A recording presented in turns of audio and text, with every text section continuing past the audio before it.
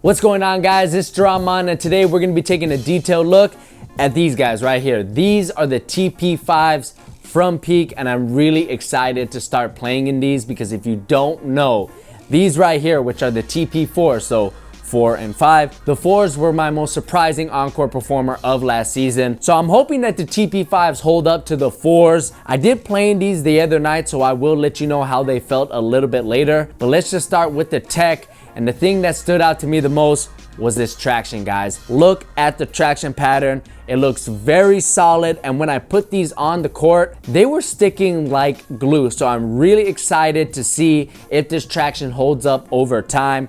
Not only do you have some herringbone in the translucent areas, but you have a pivot point, and the rest of the outsole is a solid rubber compound that's kind of like a wavy herringbone. So I have really high expectations for this traction, but I can already tell you, just in my short amount of time of me playing in these, the traction was pretty good. So hopefully they do hold up over time. The next thing that caught my eye was the materials, and Peak is using what they're calling Peak Surface again. Peak Surface was used on the TP4, but this time around on the 5, it's a little bit different. It's more of a true knitted material.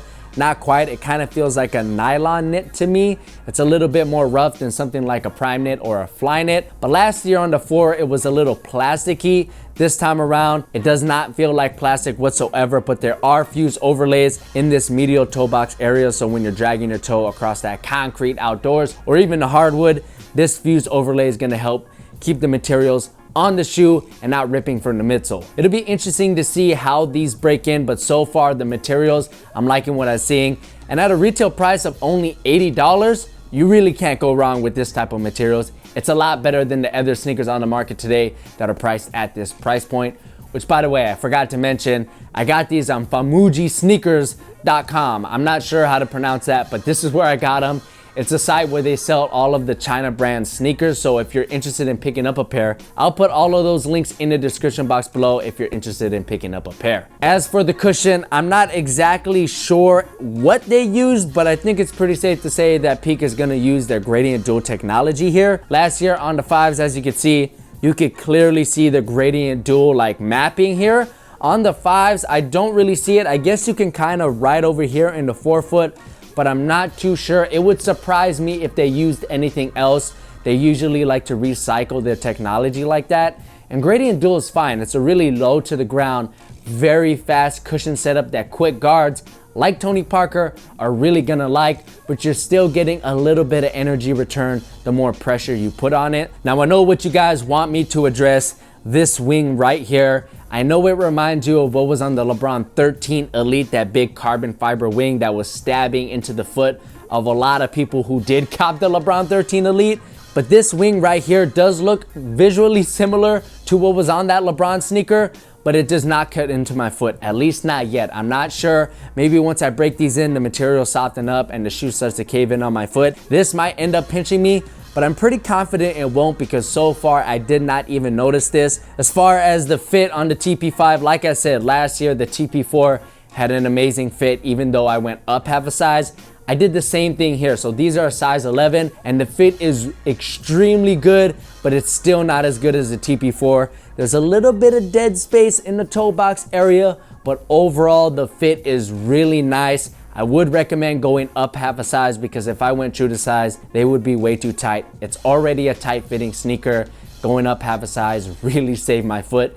My feet are thanking me right now because I would be suffocating them in a 10.5.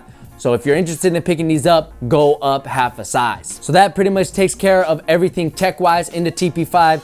Let me just address these really quickly visually. I'm really liking how these look. I think it's a really refined look. I would get rid of this Peak logo. I know companies like to put their logos places, but I'm really a fan of no logos. I just want the shoe design to speak for itself. But other than that, I'm really digging how these look, especially in this French or France colorway. At least that's what I think it is. These colors pop really nicely on the hardwood. A lot of the guys that I play ball with were asking me, what are those? And not like, what are those? They were like, yo, what were those? These colors are pretty cool, so I'm really liking how the TP5s look. Again, I'm excited to play in these. I can't wait. So far, everything is good. So if you're interested in picking up a pair, again, famujisneakers.com. I don't know how to say it, but the link is in the description box below. That pretty much takes care of this video. If you enjoyed it, be sure to give me a like, subscribe to this channel for more content like this. It's been great having you. I'll catch you in the next one. Peace!